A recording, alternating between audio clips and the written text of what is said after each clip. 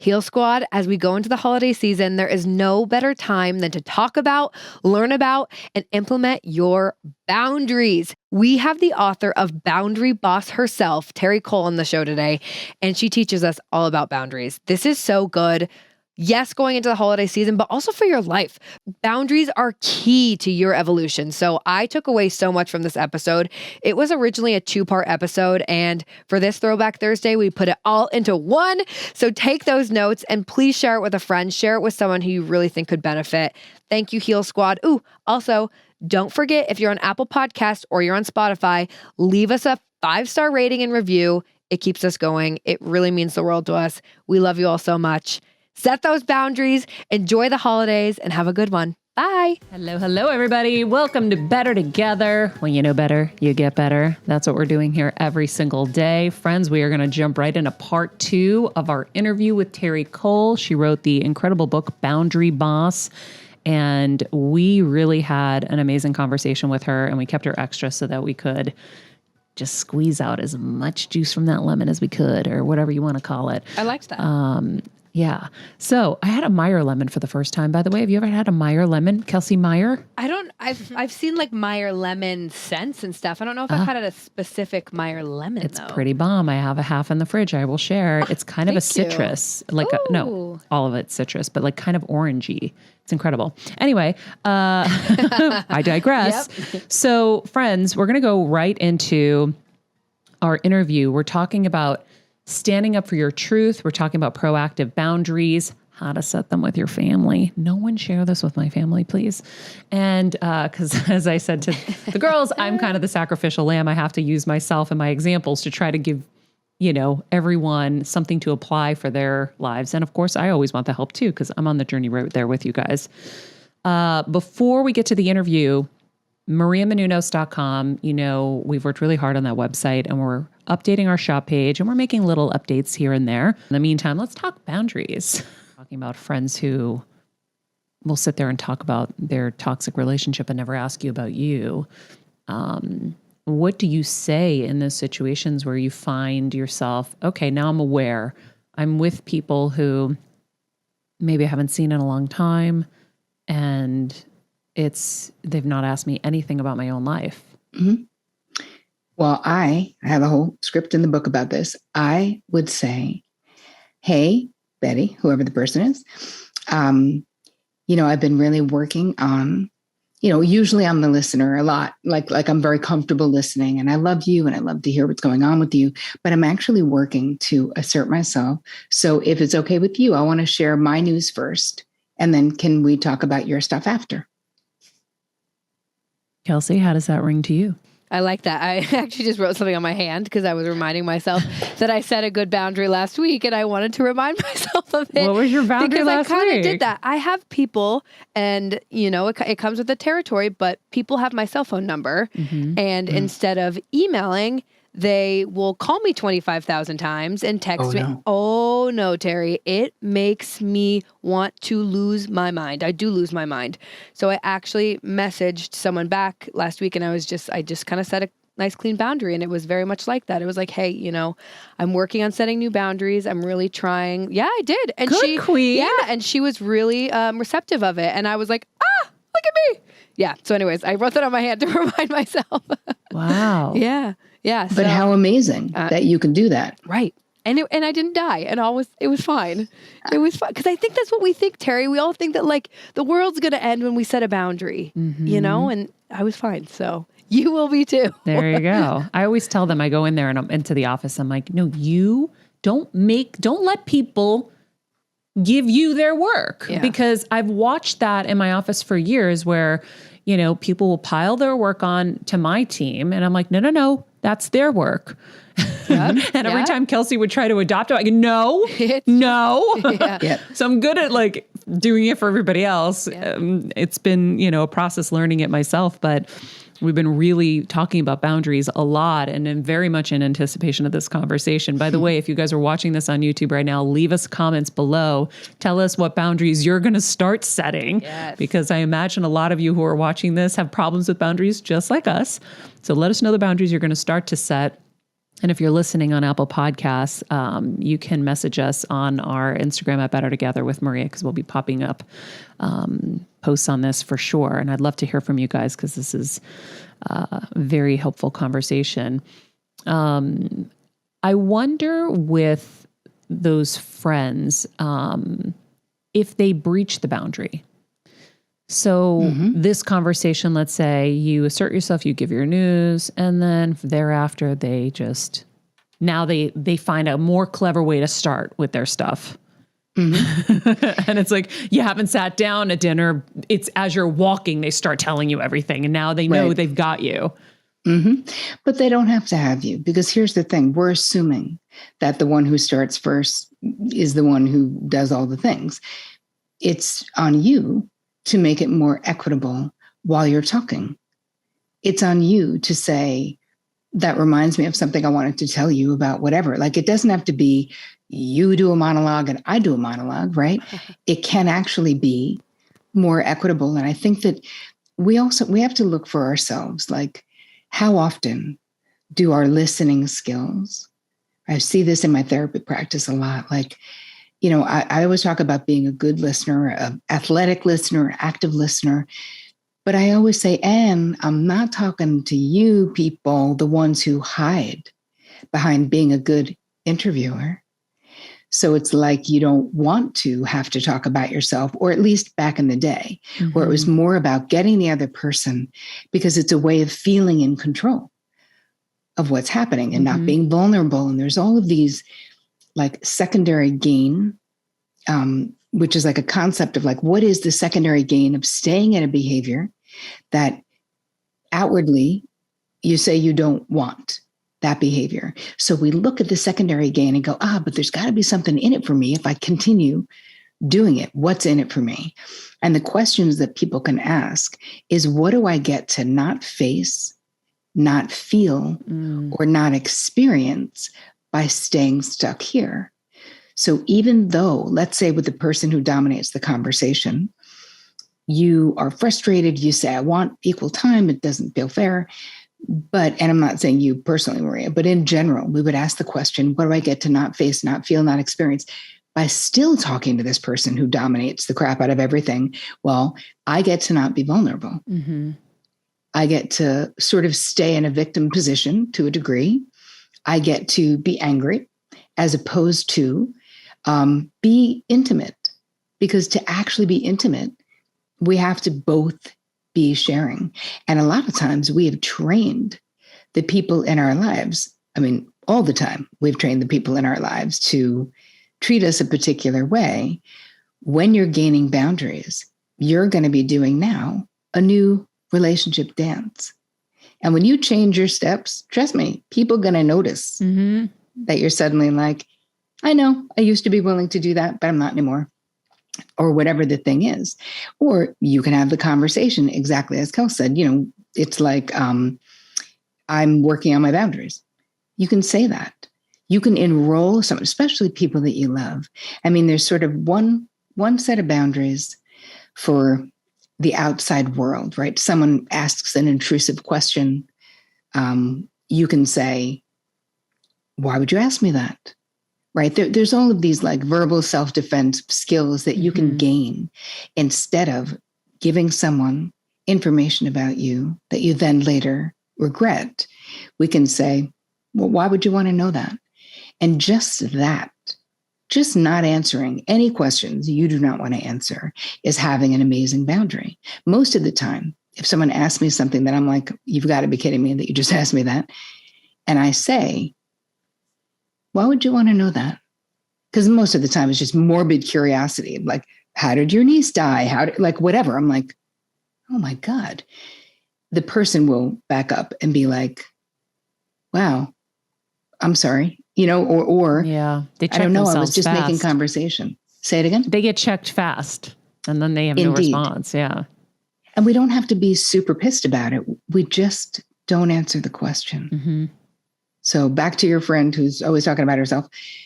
We have people who are boundary first timers, and those are the ones we've never actually said in words what we need, what we want, what our limits are. And then you have the repeat offenders.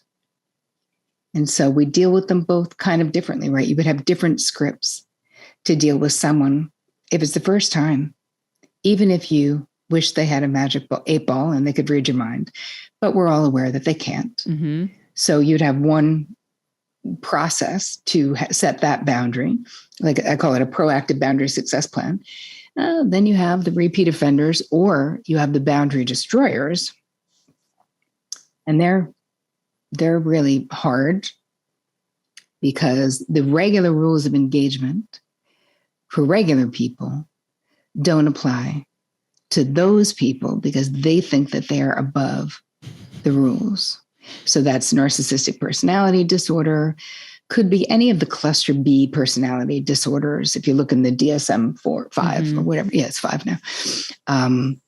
So it could be mental unwellness. That is part of what that is. But in the book, I have a whole chapter on boundary destroyers where I'm just giving you all of the emotional manipulation tactics that are used to eradicate any boundary attempt on your part, because knowledge really is power, So let's move into the family zones, right? Because I feel like they're the biggest culprits of boundary destroyers. How do you lay and protect boundaries in family? Well, the players, right? So part of it is we have to think about, if we think about healthy boundaries and boundary setting in our relationships like dances, because they are, your family of origin are the people you've been dancing with, those people the longest. So it will take the most effort, the most bandwidth to change the dances. And listen, some of them, we have to get in our mind, like, what is this person's capacity to change?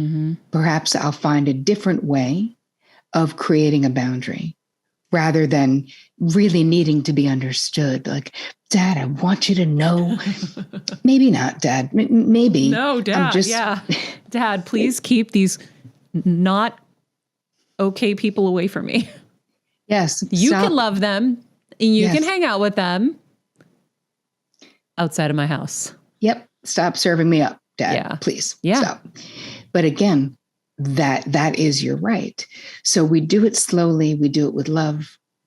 And when you're doing it with family or with people who you want to understand you, this is where you might provide more context because we want to be better understood.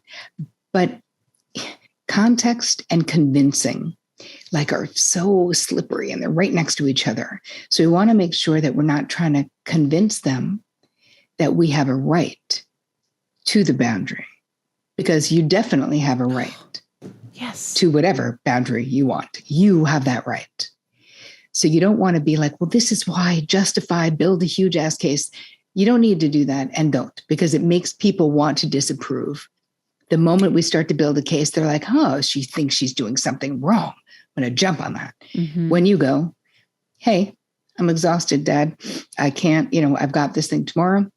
So actually, we're not going to do this thing at the house tonight, at my house, but I'm happy to send the food we were going to do to your house if you want to have it, whatever the thing is. I mean, listen, if culture has a lot to do with how easy or hard, because usually, generally speaking, let's say in Greek families, for example, this is a super enmeshed family system. And this could be true about Italians, Puerto Ricans, and lots of cultures. Feel like everyone knows what everyone else is doing, feels like unasked for advice and criticism just pours out of anybody's mouth. They just want to tell you all the things and what you should be doing and why'd you do it that way. And those are all things where and you say to someone, I feel this way. And they go, that's stupid. Why do you feel that way? You have no reason to feel that way. Hey. I wasn't asking your opinion about my feelings. I was simply telling you how I actually already feel. Oh, I love that too. I wasn't asking your opinion about my feelings. No. Good one. Yeah. I think that definitely, in these immigrant families, we definitely have a harder challenge because we're raised to please our parents. And if our parents are displeased with us, it creates such a, not good feeling. Yep. And a feeling like I must do something to rectify this. I must fix this. And you wonder why we are these high functioning codependents who are fixing all the things, or so we think. But it is at the detriment of the quality of our own lives, our internal experiences. And so part of it is you're not that fragile, none of us. Like it's a child's fear that if I say something that my father or my mother or someone doesn't like the world will end, as she had said before, right? Like it doesn't stop spinning on its axis. Nobody spontaneously bursts into flame. But the child within us is like, oh my God, I'm in trouble. I don't want to be in trouble. So part of this process of creating healthier boundaries is allowing yourself to be uncomfortable and knowing that you're not that fragile. You draw a boundary. I have something that I call the 48-hour rule, where I ask you to not take it back. Just self-soothe for 48 hours. I don't care what you got to do. Don't take it back. And after 48 hours, you're not going to want to. Because it sinks in. Because here's the thing we haven't focused on, Maria, and it's so important, is the feeling you've both described, how life-affirming, how positive, how good it feels to tell the truth, to set a limit with someone, to allow someone to know how you actually feel. But imagine doing it all the time. Imagine it being second nature, because it can be second nature, where everyone around you wants you to tell the truth, right? Expects you to tell the truth. The people, because here's the thing, when you're a giver, you're the one who has to put the limits, because takers won't, right? And it's not their responsibility. Yeah, we call it the bowl of M&Ms. We're like just the bowl of M&Ms. Oh my God, I never heard that, but I love it. Kevin's the ATM machine. I'm the bowl of M&Ms. Right. Yeah. Just can't stop grabbing. But it's our job to not be in that arm's reach. If Kevin's the ATM and someone says they want to borrow money, you can say, hey, I've got a no lending policy. It's kind of new. It's not personal to you, but I just feel like it protects my relationship. So as much as I'd like to help you, I'll have to say no. Wow. You just have a no lending policy to all the people. So you know why? It's bad to lend money to family. I'm just saying. Yeah. But with family, I feel like, I'll give myself the example again. No matter how many times I lay the boundary, it's still a surprise on my end when it's breached, and on their end when I'm having to reinforce the boundary. Right. So what do you do then? You're not going to cut your dad out when it's like he keeps bringing somebody that he doesn't even want to be around me, or expecting me to. I'm like, oh my God, this is insanity. Yep. Well, part of it is you must live close. We do. Yeah. Because that's part of the problem. So I bought my parents, we bought a house years and years ago, and my parents lived in it, took care of it, but they would bounce back and forth to our house here.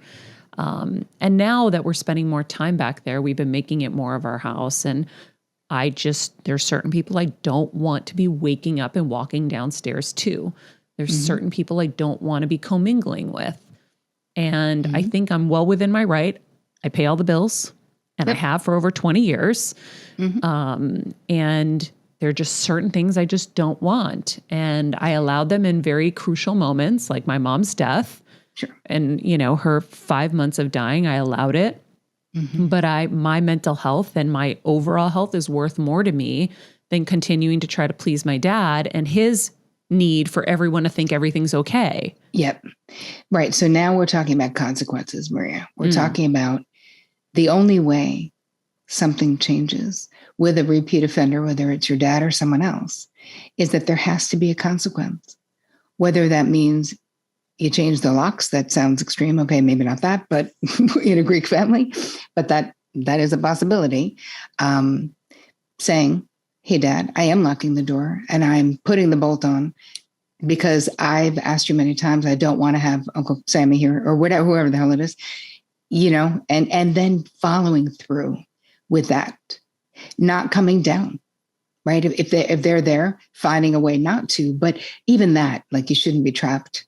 Like a prisoner in your own house. Oh my God. We had the alarm. Kelsey knew anytime we would see this person come in the driveway, it was, what did we do? Boop.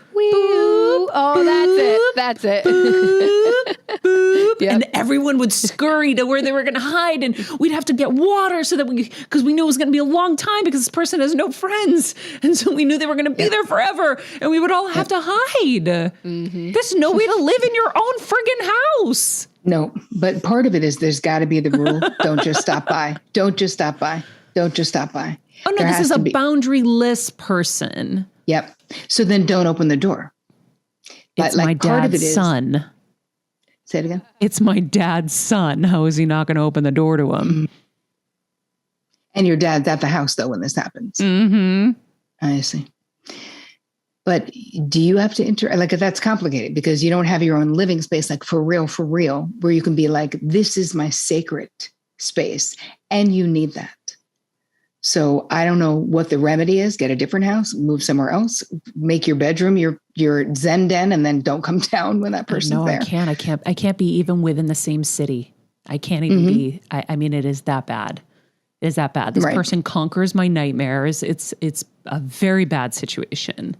But it's bad for your health, as you said. It's bad for your mental wellness. Yeah, and he will abide by it now, or he was, because I think he saw me do so much for him and my mom that he started to like respect the boundary. But then it'll be, he's going to come over tonight for dinner, okay? And I'm like, no, not okay. I said no before, and I can't. Come on, Maria, please, no, Dad, please, no. And then he gets upset. And then I feel horrible because my dad is now sad. The person I want to make sure is always happy and I want him to have a great life.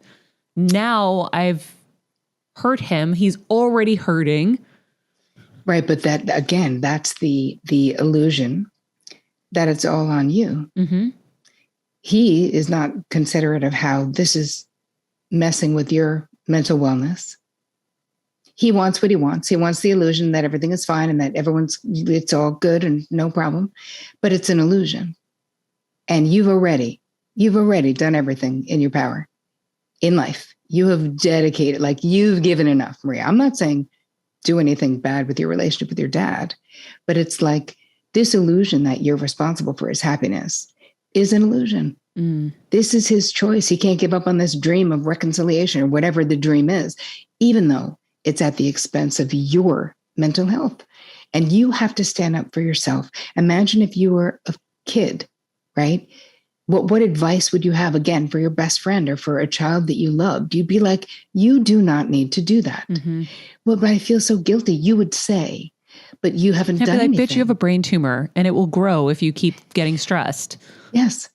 I love this notion of talking to your best friend. I've done that before too, in advising other people, never for myself though. I'd be like, well, if you were telling your friend, what would you say? It's so true. But you can do it. Here's the thing. It's allowing yourself that 48 hours of self-soothing, knowing that there's a 48-hour rule and you are not taking it back. Because every time you say no and then take it back and allow it because you feel guilty, you're reinforcing that behavior. You are literally saying, all right, we're going to do this dance. I'm going to say no. You're going to say please. And I'm going to say, okay. Like, that's what's happening, Dad. You're obviously aware of it. So we could just skip that and you could do whatever you want because clearly what I want doesn't matter. Or you can say, Dad, I'm not trying to impede your relationship with him. Go out to dinner. Go somewhere else. Have him at your house. Dad, I've done enough. You know how it is. I cannot be stressed with my health. And this stresses me. That's it. Like, tell the truth, because part of it is that's hard to do, but it is the truth about how you feel. And knowing that you don't have to throw yourself under a bus to love others, not even your parents, right? Good one. Yeah. Queen, do you have any scenarios you'd like to bring up that I'm maybe forgetting or missing? Oh, man. I don't know. I feel like, honestly, I think I'm kind of borrowing the benefits from Maria. I feel like I've been pretty proud of myself with my boundaries lately. Like my sister's my bestie, but I mean, she's someone who calls and dumps on me constantly. And I had this conversation with her the other week, actually. I was like, my girl, I love you, but I can't do this. And I would actually love if you asked me about my stuff. Did you really? Yes. Queen, borrowing the benefits. Yes. I love it. Yes. And it was funny. My mom actually yesterday, she was like, I've seen a lot of growth in you. And I was like, thank you, mother. But no, I think, honestly, I have been borrowing the benefits from you, Maria. From my very expensive therapy sessions. Every time I'm done with the therapy session, I get so excited. I come down, I'm like, guys, you got to hear this. This is amazing. You got to learn how to do this. Yes. And I've been applying it. And for me, it's, I don't know, easier with my family, I think, even though sometimes it's harder. It's easier because I'm like, they have to love me. It's literally the law. So I can't really mess up. Hilarious. But yeah, I don't know. Pooch, do you have any? I'm trying to think. Well, if you have to think, Then props not. then there's probably nothing there. Your guys' family is good. I could talk for maybe 50 hours about boundary breaches, but I'm also 20 years older. You can think, if you come up with one, let me know. But I think the biggest thing that that I keep hearing from people, and even, we can go to some of our Heal Squad questions too, is setting them and protecting them. And the part of it that's hard, and we talked a little bit about this, is we fear the consequences. And so what I've been learning is to practice in scenarios that there aren't maybe going to be big consequences. Absolutely. Low priority folks. That's what I always say. Start with low priority people because it's less threatening. So when you're out to lunch, if your crap comes wrong and you would normally just be like, whatever, it's fine, I'll eat it. Send it back. You could be nice, but just do it. Like, that's a boundary to say, oh, hey, I wanted the dressing on the side, right? Yeah. Most of us would be like, oh, forget it, it's fine. That's the one that I do fear the consequences for, though. I never send anything back anymore. Really? I could have an eyelash and I'm eating the eyelash. Yep, because I know what goes on in restaurants and it is ugly. And I've seen it with my own eyes. But I feel like Terri said, you could be kind about it and they're not going to spit in your food. Depends where you are. True. Wow, dude, I can't live in a world where I think that everyone is so mad that they're spitting in my food. I can't. I would rather be in denial of that. I'll just assume I made out with the chef. It's fine. Oh my God, I love that. I like that too. I think that sometimes too. I'm like, okay, maybe we made out. I could just think that we made out or something. It'll be fine. That is so funny. But I'm not blowing them. Anyway. No, thanks. I'm good. And that's what I'm afraid of, people. Sorry, I had to go there. Oh my God. So practicing on people is a cool thing that I've been learning, and also reinforcing the win when there wasn't a negative consequence so that you have the courage to keep doing this. So can you talk a little bit about that? Sure. First of all, we're only afraid of the negative consequences, but you would be shocked when you start doing this, how many people are grateful that you have told them how you feel. How many people are like, oh my God, I did not realize that I was doing that. And I so appreciate that you love me enough to have the hard conversation. Because you know what? Not having the hard conversation, that is not good for you or your relationship. And it's taking the easy way out. I'm just going to put that in the resentment inventory just under why Bob is such an asshole. There we go. Okay, moving on. Like these resentments, they fester. We ruminate about them. Bad for everybody. So having a hard conversation is not just for you. It's actually for your relationships. So right? how do you judge which relationship you should do that with? Because I definitely, I'll judge and say, yeah, no, I'm just not going to be around that person anymore. And I know that in some cases, it's because I don't think, I know that some of these certain people are just impossible to even engage with as in a normal conversation. Forget when you're going to have to tell them something that might be negative in their mind about them. That's just all out war. And, so then I'll just be like, okay, well, I'll see you once a year. But that's And your right, I'll do my though. time like I'm in prison. Right. Once a year, the Christmas. That's why everyone drinks so much. Yeah. But here's the thing. That's your right. If you're saying, hey, I've tried with this person. I've had so many experiences that tell me they're not capable. Like, how many times do we need to smash our face into a brick wall? Like, you can just stop doing that. And it is your right to decide who's in your VIP section. So just because it could be family, just because they're not in your VIP section, doesn't mean you have to excommunicate and never talk to them again. You can as well. But it means, what is your VIP section? It's who are you going to give access to your internal life, your most tender heart. And not everyone deserves that access, right? Because they're not going to handle it gently or with kindness, or there's not that mutuality. So I think that deciding if people are really, their behavior is toxic, and you have many experiences that tell you that, I think it's okay to just remove yourself. Like, I'm all about that because it makes sense to me. Mm-hmm. I think that what people fear is that if they set a boundary, someone's going to like end their relationship. If they make a simple request, the person's going to just reject them straight out. No more. We're not talking anymore. But we have to be realistic and say, listen, if a friendship is so fragile that you making a simple boundary request makes the person be like, bye, that's not a good relationship. That means you have to walk on eggshells forever and ever and all the time. And who has the time to do that, or the bandwidth? It's exhausting. So I think two things that will be really helpful for anybody watching or listening. One, you want to know where you need boundaries. You're like, I don't even know where to start. You do. Do a resentment inventory. That's where you start. Because usually where you feel resentment means a boundary is needed or a boundary has been crossed. So you're going to make a list of people and then go, why am I resentful? Okay. Oh yeah, this is where they crossed that boundary and I never said anything. Okay. So you get that. So you're doing a resentment inventory to understand, where do you need boundaries? And then you can slowly but surely make decisions about who you want to draw the boundaries with, who you want to have a conversation with. But I want to encourage anybody listening to realize that you can be more assertive in a positive way too. Like, we've been trained that to be the cool girl, so to speak, right? That the more chill, the better. Like, you know me, I'm easy breezy, no fuss, no muss, whatever you guys want. That, hey, it's all good. Why I hate that. Because you're like, why? Is it?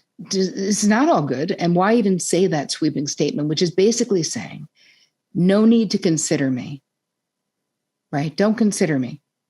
Just whatever you guys want is great. And it's very rare that is really how the person feels. It's an ingrained behavior to avoid rejection, conflict, or whatever the thing is. So know that by telling your partner, your sister, your friend, your preferences, you're letting them know you. It doesn't mean they're always going to do what you want. They don't need to, but it's still information, because you drawing boundaries is not about changing the other person. It's about you having the courage to negotiate for yourself, to stand up for yourself, to not allow yourself to feel or be victimized by other people, even if the other person, like, you can't be responsible for how they received the boundary, right? That's their side of the street. Your side of the street is saying, hey, I wanted to let you know this because I'm feeling like I'm copping resentment towards you and I don't want to, because I love you. So I'm going to ask you, I'm going to make a simple request that, whatever the simple request is, right? We can really have those conversations. And in Boundary Boss, I've given you literally probably 1,000 scripts and sentence starters, because so much of the time we're just like, I just don't have the words. I just don't. Oh my God, you should see me with my therapist. I'm writing everything down in my notebook, and then I'm going back, and then I'm crafting things from there. So having those scripts is really helpful. I think I'm going to take a quick break. And then when we come back, we're going to ask some of these Heal Squad questions. We're back. And I want to go to some of the questions that we have from our Heal Squad. So one of our listeners says, I set a boundary last month with a friend of 10 years, and she walked away from our friendship. I'm so deeply hurt and trying to process all the emotions. Can you help? I can. We were just talking about this, that if the person in your life is so attached to their role as whatever it was, I don't know what your conflict was about, but clearly they were not used to you asserting yourself. And if you asserting yourself was so offensive to their fragile ego that they ended your friendship, that really speaks to something. And so it's painful, and you need to mourn the loss of what you hoped that friendship could be, and then let it go. Ooh. Because that person is telling you, wow, I am deeply limited. I will not accept you if you do not continue to prescribe to the way that I see you. It's really hard. It is hard. 10 years. I mean, that's really hard to like sit with. I know. I remember seeing this question and just not really knowing what to say. Well, you could write something to the person too. I always say, write a letter, right? This is how That's what I did in my situation, because it was eating me up inside. Yep. And, you know. And you can choose to send it or not, right? I always say to my clients, write an unedited, as hurt and pissed and all the things that you want to say, curse, do everything in the first letter. And then if you see how you feel, and then if you choose to send something to the person, if you want to be seen, because someone ghosting after 10 years, it's also such a power trip. Like, I'm cutting you off. That is so, first of all, very emotionally immature, even though it's very painful, but to have no conversation about it at all. And you can write a letter to them if you want to, saying, hey, this is really painful. I thought our union was more solid than that, or whatever it is you want to say, or I'll miss you, or I'm upset that you don't think enough of me to have a hard conversation, rather than that you just, reject or ditch me, or whatever the thing is. Yeah, I like the letter, because I know, and I'll tell you, whoever this was, I forget who this was from, but writing that letter to my friend who rejected me, let's say, and whatever, it makes me feel better, because I tried everything to repair and just, explain the circumstances, in case I don't like to assume sometimes that they know everything. I explained the circumstances. I also explained how I am aware of how great of a friend this person has been to us in life, and that I would hope, we could move forward from it. Now I know I tried everything. Right. But you also want to be seen, though, Maria. It's not just about sort of checking the boxes to a degree. Like I do. I'm the same. I want no stone left unturned if I am seeking to resolve something. But it's also important to be seen. It's not just about, like, how you feel also matters. And so it isn't just about fixing that, because if you did just fix it with no conversation about how their behavior impacted you, you'll be resentful as shit. Yeah. Like, there's no way not to be, because it's not cool. It's almost like the people pleasing to an extreme, where it's like, but I just need to fix it. But you also need to be seen. Yeah. Because how you feel matters too, Yeah. No, I agree. I think, yeah. And then I guess in that letter, you got to make sure you're explaining your side and making sure that you're seen. And it goes back to, I love that thing you said earlier about when you're not setting your boundaries, that is going to lead to you not being seen, because no one's going to ever fully know you. And I think that's super powerful. I've never heard anybody say it in all of these years. And I think that's something I'm going to take away and really look at. And, sometimes we're all so desperate to be seen, and yet we're not giving anybody any reason to see us. Right, because we're more desperate to avoid conflict, or to avoid being rejected, or to avoid a hard conversation unconsciously, So hopefully what this episode will do for many people is bring that information from their unconscious mind, the basement right here, up to the main part of the house. And a lot to think about. And I walk you through all of this step by step in the book. You know how some books, like you could just open up and be like, I'm going to be motivated today. That's not that kind of book.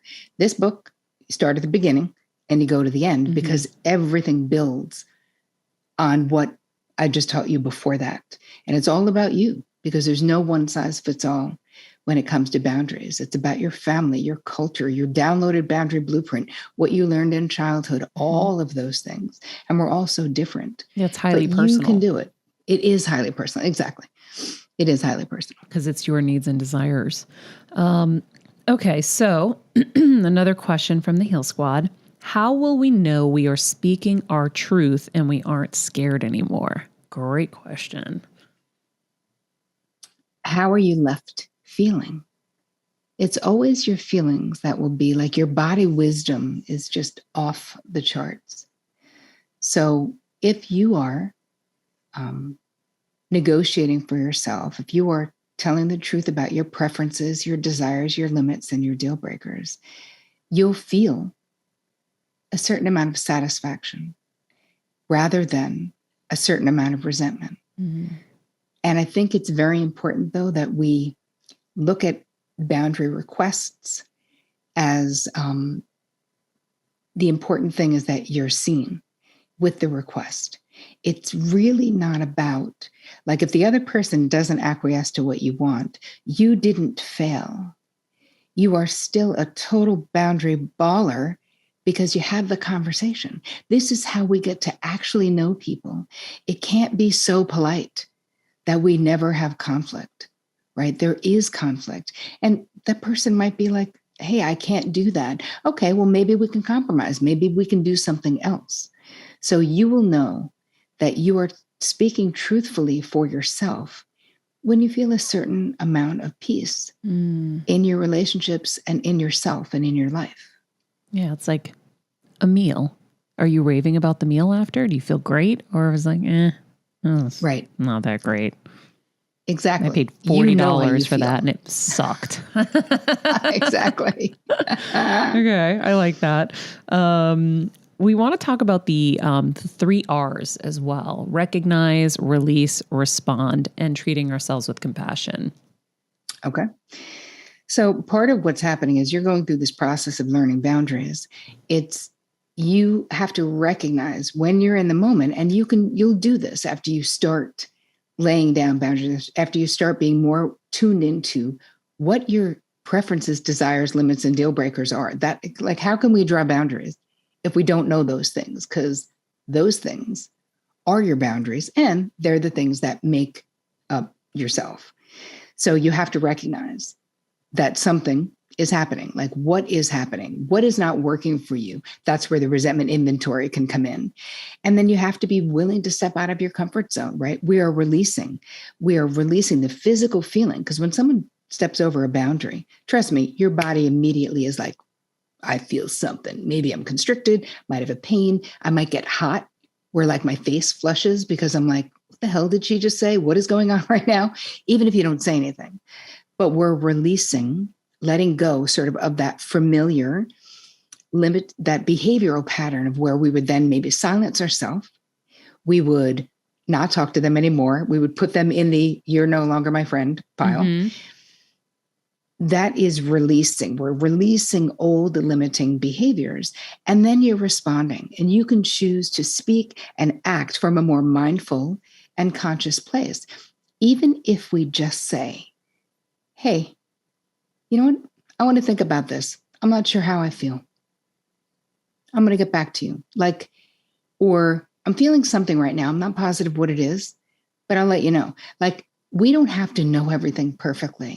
That's the hard thing when you get caught off guard. You know, it's like you feel like Tyson just punched you in the ring. You don't know what's going on yet. So you can't respond. And then later you're resentful that you didn't respond. But I like that. I'm feeling something, but I just don't know what it is yet. Right. And I'll let you know. Or when people are like, well, I need an answer now. Right. You know, people like that who pressure, their lack of planning, their bullshit emergency now needs to be like your problem. If someone says to me, well, I need an answer now, I always say, oh, if you need it now, then it'll have to be no, because I never make immediate decisions like that. I always take at least 24 hours. I like that. Yeah. I've been bullied into things with that. There's a lot of policies that make it so much easier to say it, right? I have a no lending money policy. It's not personal to you, just nobody, because I've had bad experiences and it really has ruined relationships in my life. And I love you too much. I don't want it to be ruined. Very, very good. Okay. Last one for today. And hopefully you'll be back with us more and more, because I think this is something we're going to keep reinforcing. How do we create a new normal with setting boundaries without feeling that guilt or that shame and without abandoning ourselves? Which, by the way, by laying the boundary, you are not abandoning yourself. So yes, that's how do we not do it with guilt and shame? Part of it is we have to question the guilt. We really have to look at it and go, okay, did I actually, right? Because what's the difference between guilt and shame? Guilt says, I think I did something wrong. Shame says, I think I am something wrong, right? Like, I think I am like monumentally and fundamentally broken in some way. And I want to hide that. I feel ashamed of that. So I think that we have to look at our training and go, I'm willing to stay present and question, should I really feel guilty? Is this just a knee-jerk reaction, right? I'm reacting. I'm going to slow down. I'm going to take a deep breath and I'm going to think about it. Do I have anything to actually feel bad about? Do I think I did something wrong? Or am I just upset that someone is displeased with me? Because they're not the same thing. And if it's that you're upset that someone is displeased, then you're going to put the 48-hour rule into effect. And you're not going to do squat until that's over. And when that's over, you're not going to want to take it back. So part of it is, I can't tell you how to not have those feelings as you're transitioning, because you will end up being in what I call the in-between. So like, we have the old way, defense mechanisms, the old way we were in the world, right? That's the old way.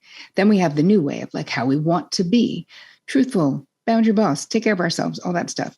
Well, in between there, it's called the in-between, which means that you know too much to do the old crap. You're like, well, that shit's unhealthy. I'm not doing that. You haven't yet mastered the new crap. So you're just like, I'm just here and I don't even know what to do. That doesn't last forever. Stay present. Keep working. Keep understanding. Understand your boundary blueprint, right? If you guys want to get the book, go to boundarybossbook.com. And I have all of these bonuses that will help you with what it is about you, right? It's not that like I'm nobody's guru, trust me, Maria, but I'm a damn good GPS to get people to their own information that they need to understand why they are the way they are, which makes it a million times easier to change. So boundaries, why don't we have them? Oh, because nobody taught us, Maria. That's why. And because not only did nobody teach us, we actually, especially if you were raised as a woman, we actually learned the opposite, right? We learned that the more self-sacrificing you are, the better you are as a person, right? So most of us were raised and praised for being self-abandoning codependents. In life, be a good girl. Turn that frown around. People didn't care how you felt. They were just like, hi, don't make me uncomfortable. So we learned that this was to be a good person, it was all about being nice, at least the way that I was raised. That being nice was this like virtue above all other things, not like being honest, being strong, being ambitious. Those things were not as valued as being nice. And to have someone perceive you as being not nice, that was bad. Yeah, so that's like world ending. I have the chills all the way down my body. I don't think I've ever resonated with something so quickly and so intensely, because that's how I was raised. I'd be curious with the queens who are younger, 28 and 22. Hey. Were you raised in that same way? Yeah, definitely. I think not necessarily intentionally, but 100,000% yes. Okay. Pooch? Like kind of, I think, I don't know, like I was definitely taught to stand up for myself, and that wasn't a bad thing if I did. So it was maybe like a mix, but I mean, society in general, like, it's just like, I feel like ingrained in society. Like, you know, that if you're not a good girl, good person, like you have to fix that, like, you know, and like taking care of you first isn't really okay if it's hurting someone else. I think, you know, we're labeled so quickly. Right. It's like, oh, she's Divas, crazy. She's bitches. a bitch. She's a right. diva. Yeah. Like you're bossy, like you're like moody, like, you know, selfish. Yeah.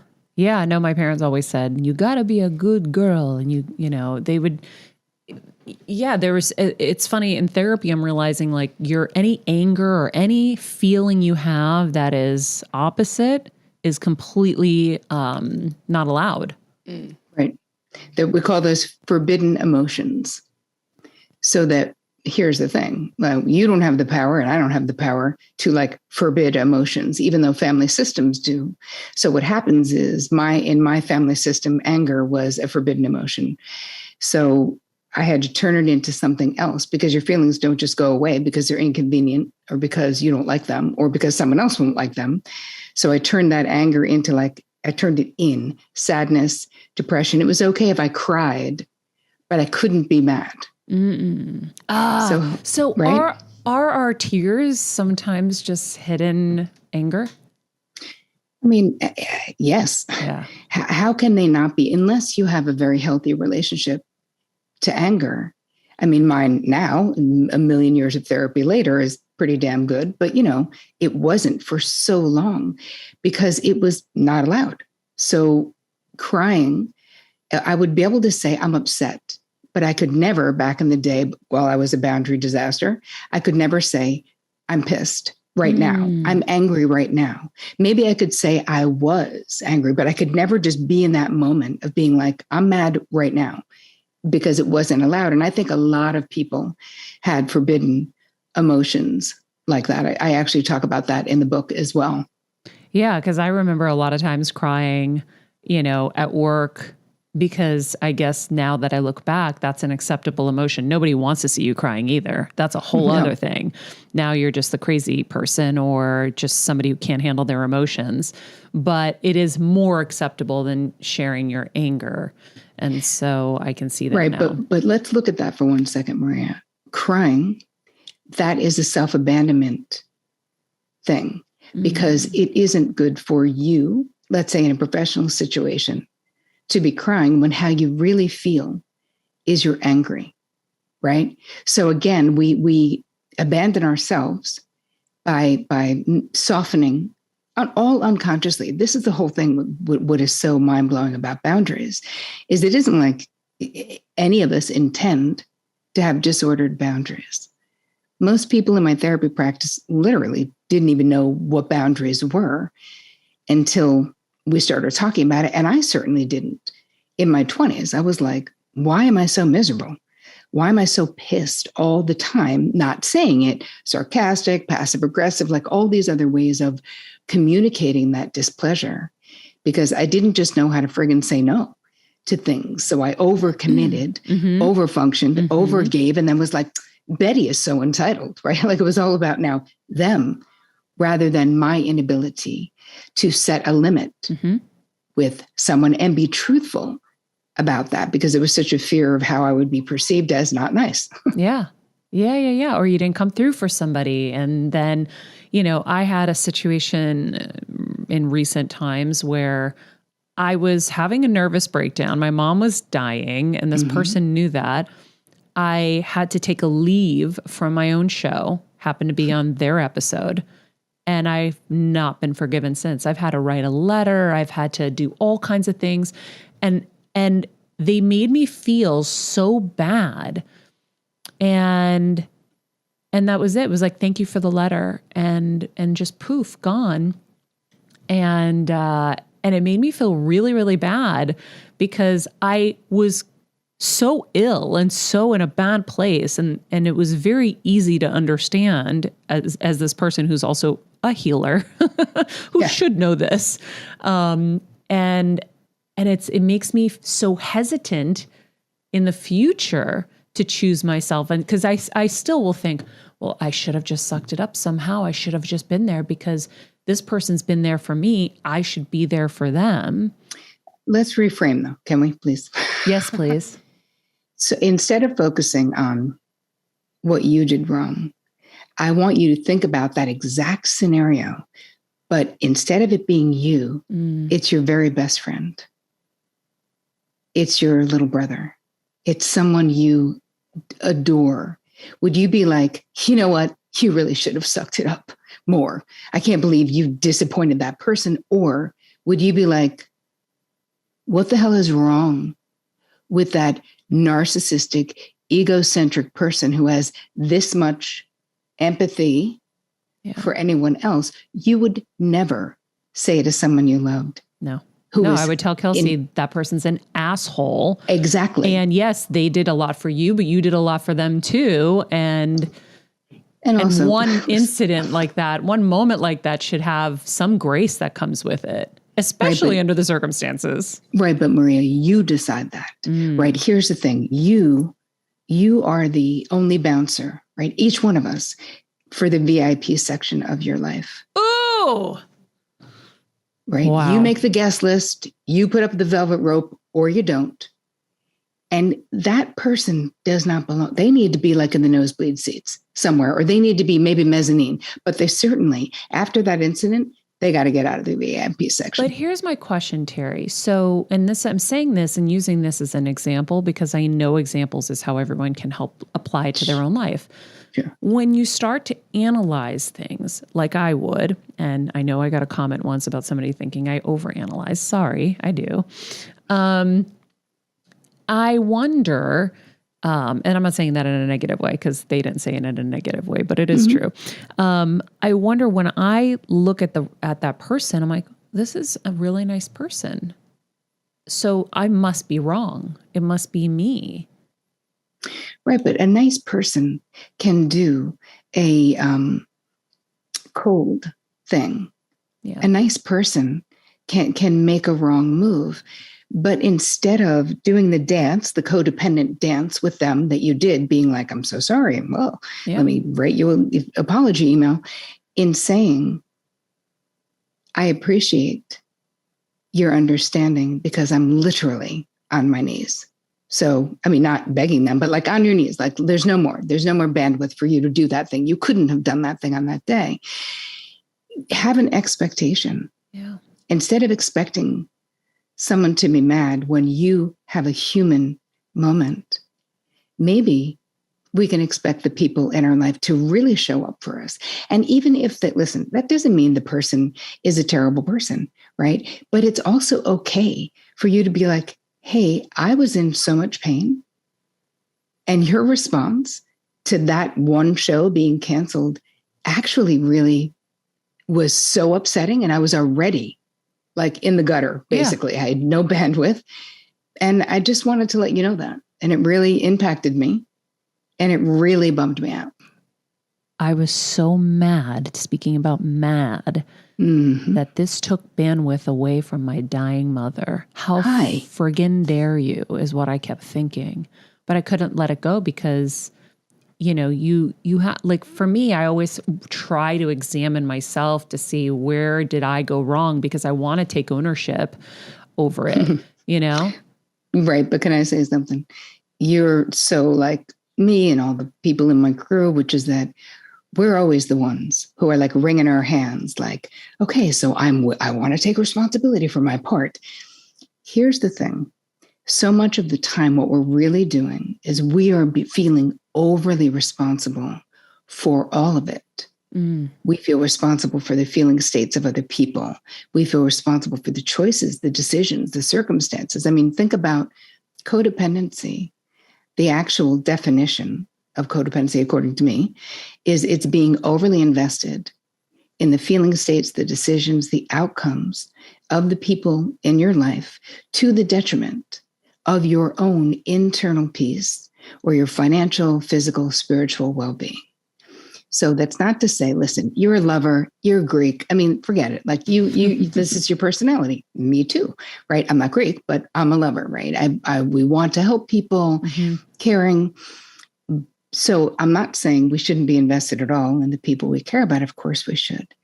But the description is specific to say that it is to the detriment, meaning when your best friend calls you and is like, oh my God, I'm in a crisis. Does their crisis become your problem in your mind? Are you immediately on Google being like, oh my God, I'm going to find a specialist? 100%. That's me. Right. Instantly. I'm already coming up with the solutions and Right.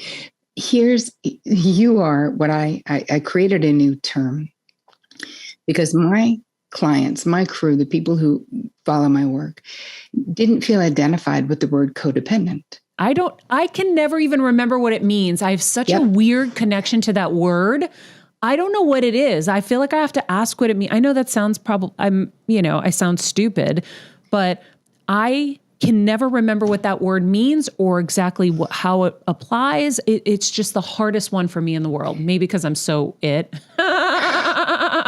You got it. You spot it. You spot it. You got it. No, exactly. I think that you're super not alone though, because part of it is that it's confusing because most of us, when we hear codependent, we think Melody Beatty, codependent no more. I'm an enabler, got to be involved with an addict.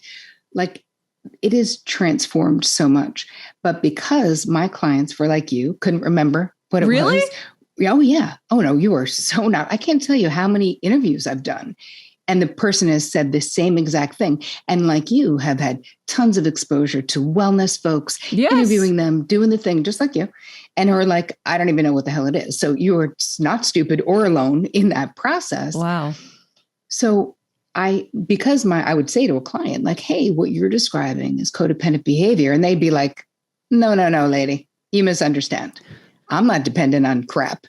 I'm making all the dough. I'm doing all the things. Everyone's dependent on me. I was like, right, clearly you don't know what codependency is because that is codependency. So I said, I have to change this. And here's the thing. It was my own form of codependency as well. So I made up a new name called high functioning codependency. Because the people and you who fall into this category are super duper capable, incredibly hard workers. We make it look easy. So easy. Oh my God. Where's my husband right now to hear this? He goes, Maria, we make it look so easy. Oh my God. Sorry. God. But it's not easy though. We know this. What is it? Diligence, hard work, a willingness to like be knocked down 4,000 times and get up 4,001. I mean, come on. We know what it takes. But what happens is people perceive us as like, oh, you're the one with all the answers. Oh, I'm going to come to you when I have problems, or, oh, I need money, or, oh, whatever.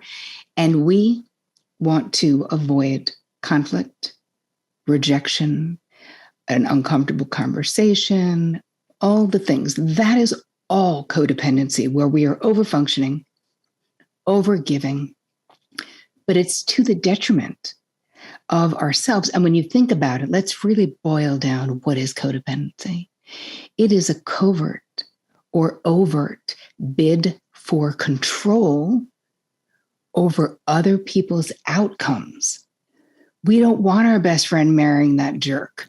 We don't want our partner changing careers, even though they really want to, because we're worried they're not going to make it, or they're giving up this big pension, whatever our thing is. We want things to be manageable.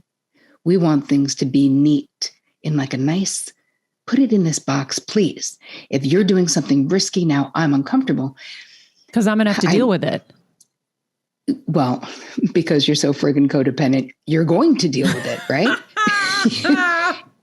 When you're less codependent, when we really start recovering from this, the liberation, I'll tell you a quick story about this just personally.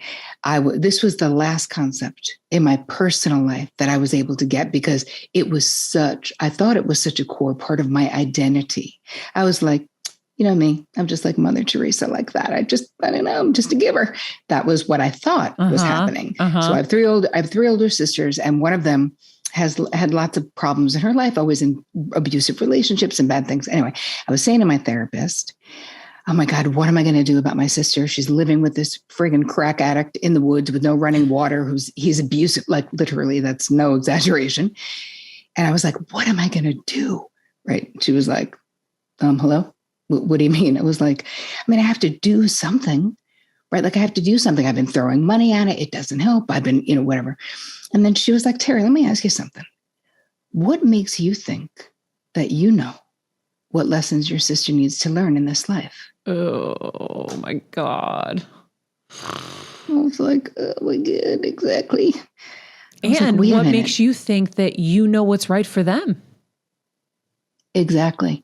But we always think we do. We know better.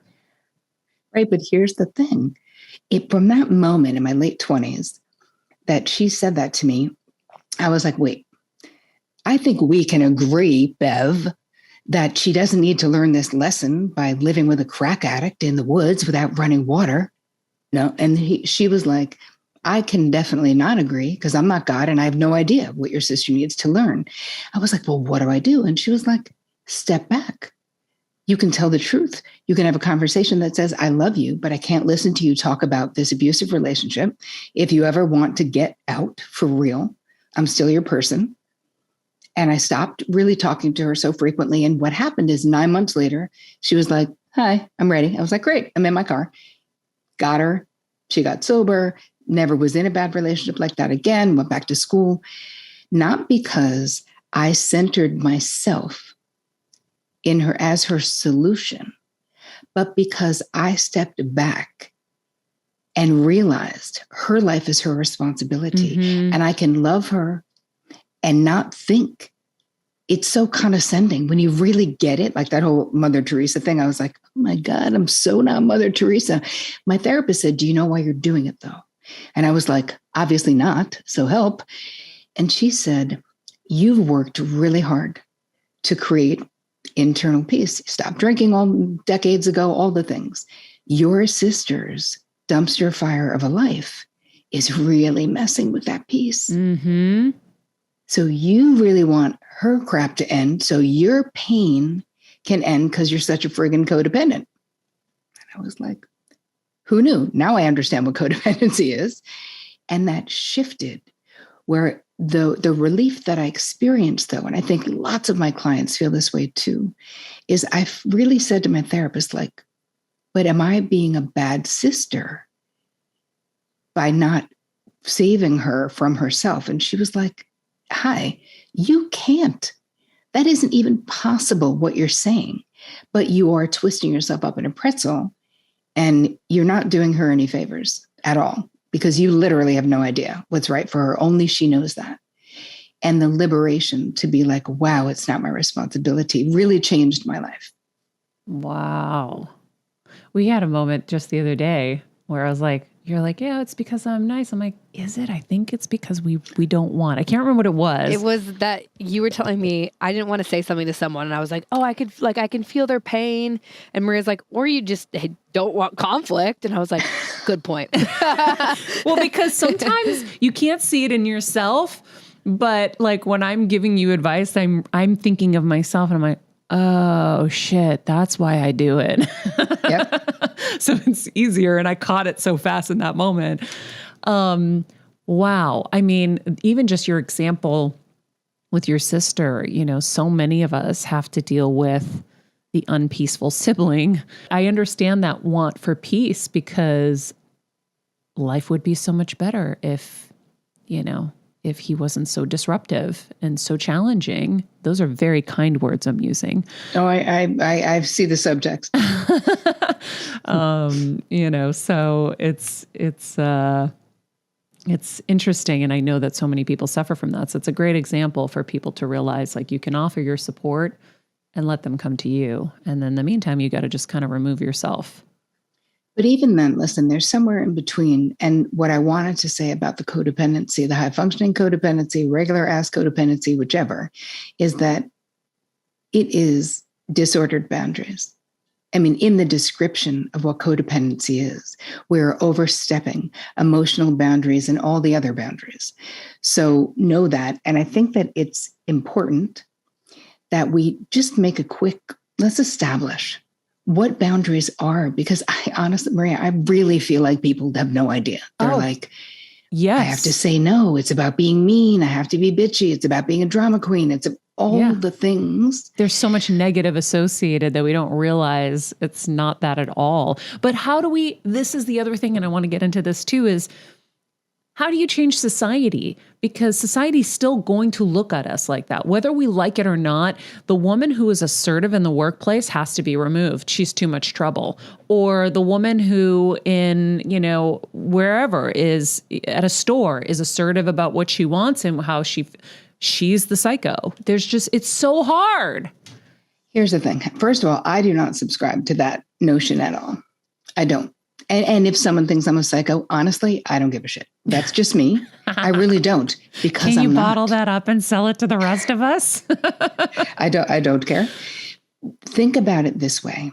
With boundaries themselves, it really is as simple as you knowing your preferences, your limits, and your deal breakers, your non-negotiables in your relationships and in life. That's it. Preferences, sometimes I say preferences, desires, limits, and deal breakers. And those are the things that we communicate. And that's what boundaries are, right? We make a boundary request. I mean, it's not all about my way or the highway, because that's a disordered boundary as well. I have a free boundary quiz. Just go to boundaryquiz.com and you could see your archetype. And I already know yours, but I want you to take it anyway. It's 13 questions. Okay. Super simple, but there's no way not to. When you come out, you're like, oh my God, yes, that is me. Because there's different ones, like a chameleon, a peacekeeper, an ice queen. Because people think that if you have really hard boundaries, you're a boundary boss. Not true. That is not true. That is having rigid boundaries, not healthy boundaries, because there's a certain amount of flexibility. When we have healthy boundaries, we're not so like, my way or the highway. So I think that's another myth, where we see the women in particular who have boundaries that are too porous, we call it, which is like too malleable, right? The peacekeeper, the pushover, the chameleon. But on the other side, being, protecting yourself with like a huge wall and a moat, that is also having disordered boundaries. It's just the other end of the spectrum. So we need to be able to ask for what we want, share our preferences with people, and to get really dialed in to how much of the time what we want is to have no conflict. Above all other things, we want to avoid conflict. And when we are so conflict avoidant, it's impossible to like really be authentically fully yourself. Because think about it. If we say yes when we want to say no, because we want to be nice, because we want that person who is mad that we were not going to interview them, I just want to punch that person in the face. But let's just say, if you did that, right? What is happening is when we say yes, when we want to say no, is that we are giving corrupted data about who we are to the people in our lives. And I've had women come into my therapy practice in their 6th, 7th decade of life. And they're like, hey, everything's on track. Kids are going to Ivy League schools. Money's in the bank. I kind of still like my spouse. I work out 3 times a week. Why do I feel so empty? I'm like, because you built a life on checking boxes and nobody friggin' knows you. Oh my God, I want to cry. That's unbelievable. Oh my God. Nobody knows you. So painful, because how can anyone authentically love you, right? Yeah, go deeper into that. Sure. If we don't talk about what's real for us, right? If our outside behavior is way different than our internal experience or narrative, we are having a relationship with people with like the false self that we erect to be successful in life, to not get disapproval, to not be rejected, all of those things. So part of it is why I walk you through it in the book and the way I teach it in my courses is that we must start with a deep dive into ourselves I mean, the first exercise in the book is doing this massive list. It's called the okay and not okay list, where we go through every area of your life. And we're like, what is okay in this area? Mostly it's really easy to start with figuring out all the crap that's not okay, where we're like, I don't like the way that person communicates with me. They always call me. I'd rather they text me. Obviously, I've never told them that, but they're annoying. Moving on to your relationship. How are you managing money with your spouse? What is your office, the lights in your office like? Do they work for you? Oh, no, you hate them? Change them.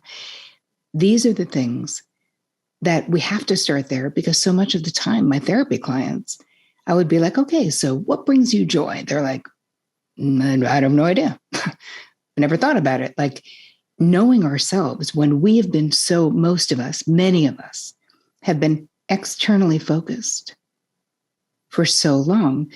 I identify as an empath, as a highly sensitive person.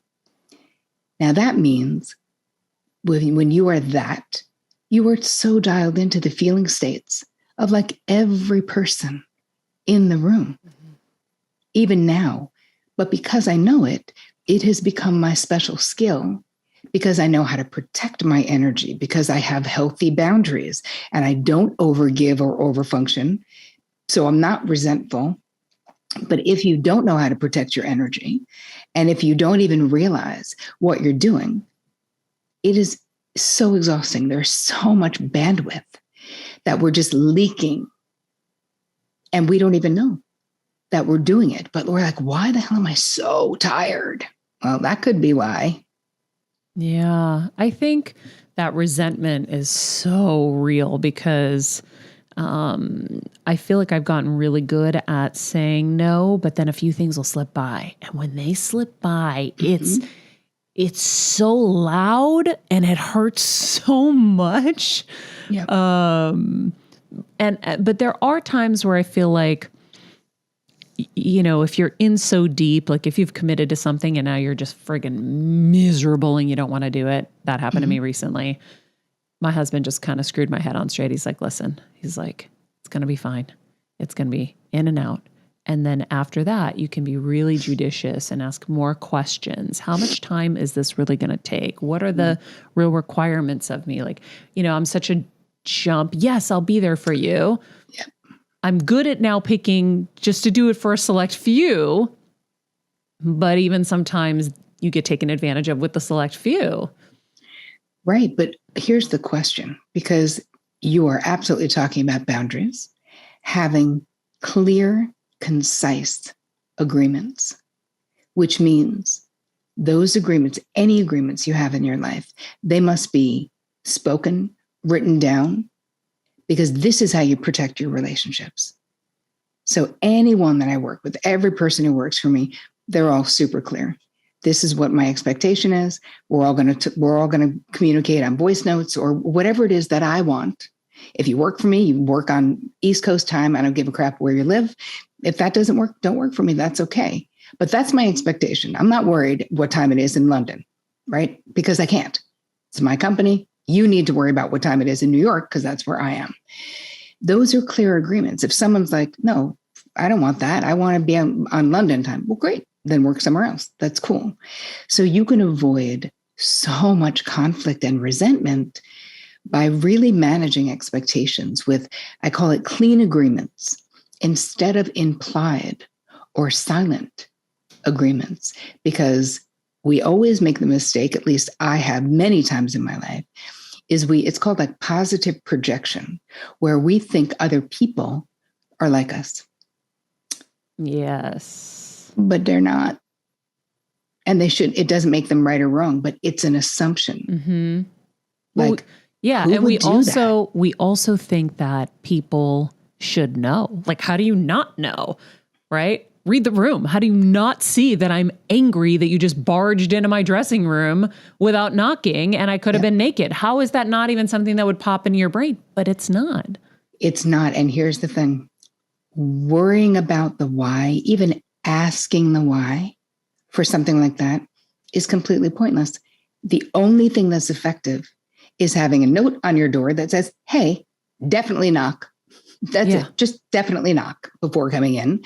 Or when that person did it, be like, hey man, what if I were nude? You could be funny, tongue in cheek.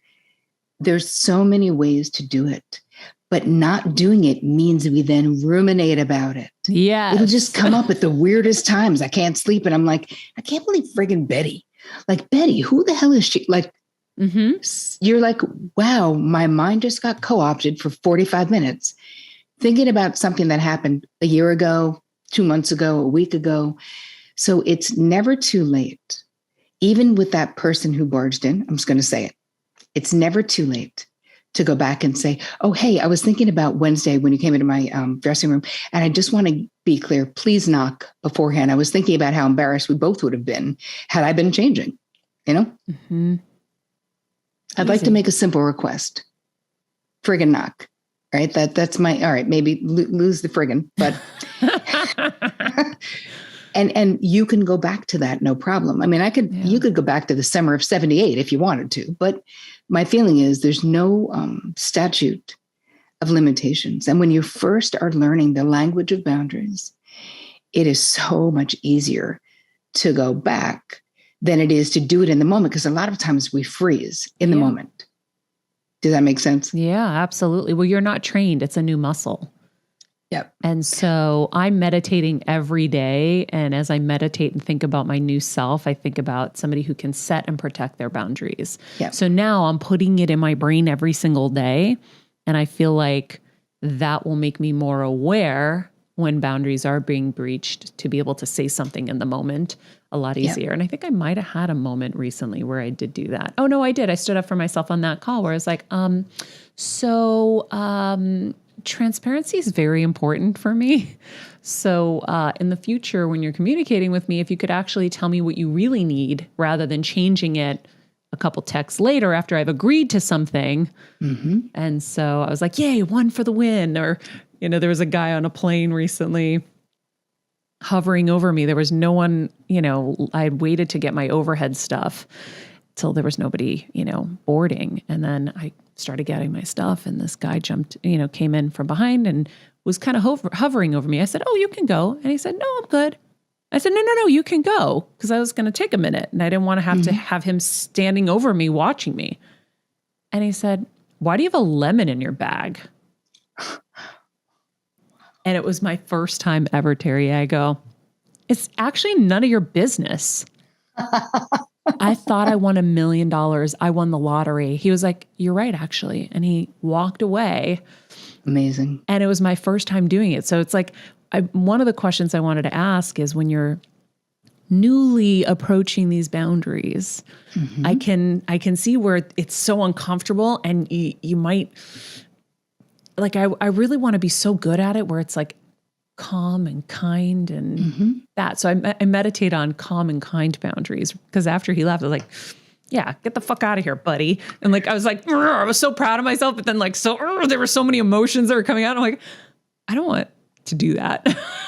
But I did because I'm still learning. Because it just came out. And here's the thing, your desire to be more transparent about your boundaries is what is fueling that moment.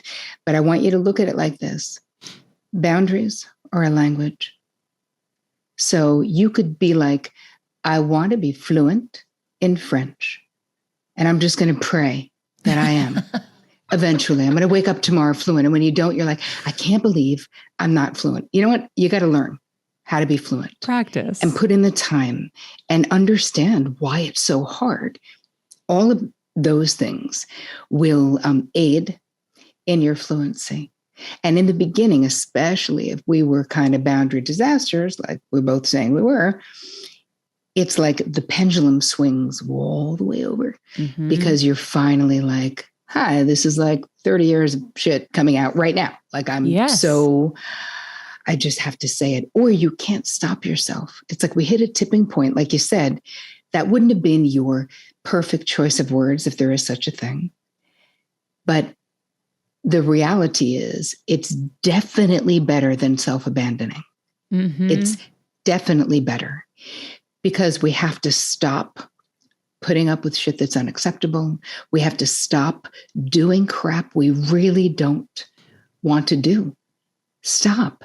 Stop letting that friend who only calls you to complain about their toxic relationship, doesn't really care about what's happening with you, is always in drama. Is like, we all have them.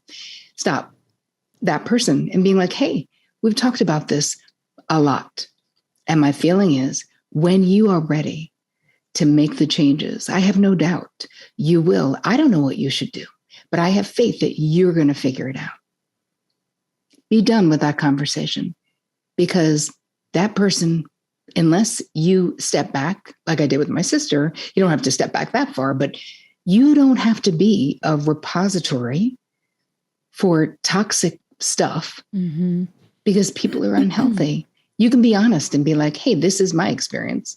Or we've talked about this a lot and I love you and I have no doubt you're going to figure it out. But it doesn't seem like us talking about it is helping you figure it out. And leave it there. When they start talking about it, you can be like, I got to go. That doesn't make you a bad friend. That makes you not collude with the lowest part of that person. Yeah. Right? Same thing when we're not a boundary disaster, when we stand up, when we tell the truth, it's standing up for the relationship, not just standing up for ourselves. Oh my, this is so living up to everything that I had hoped and wanted for with the boundaries conversation. But guys, we're going to break it up and we are going to have part 2 run tomorrow because we couldn't let Terri leave. Kelsey negotiated real hard to get extra time from her. I really did. We know how much we need this. And Queen, I'm very proud of you. Oh, thanks. Really proud of your new boundaries. Thanks. I think that's so amazing. That's like so quick to be able to apply it. I know. This is why I said you guys are light years ahead. It's kind of so crazy. Cool. It's really cool. I just channel Pooja now every day because Pooja knows how to do it. I know. Pooja's so good. No, this helped me a lot. Like, Good. I needed this like 2 days ago, but I'm glad I got it now. And now I can implement it this week. I'm very excited. I kept smacking her. I'm like, are you listening? I know. Kelsey kept hitting me. She's like, you got to do this today. Do this today. Do whatever you're dealing with. Oh, that's so funny. This is really helpful. I mean, we all have problems with boundaries. I just, in different ways. Yeah. Like, like it's not in the same way maybe you guys have, issues. Yeah. But we all. Yeah. And also just the whole definition of codependency. I was like, oh shit, I'm codependent. I just didn't know that that's what that meant, See? Yeah. I don't know why there's just something with that word. I can't get it. Yeah. I can't get it. And I'm a bright human. Yeah.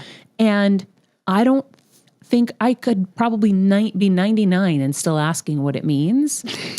And I just don't understand why it won't suck into my brain. But I think she made it make sense for me because I'm a little bit the same way too, Maria, until Dr. Laura, her heal event really switched my mind around. That was amazing, actually. If you are not a Patreon member, please give yourself the gift of becoming a Patreon member. $10 a month. You get ad-free shows every day, and you get access to the heal events. In fact, we should probably do a heal event with Terri. Oh, yeah.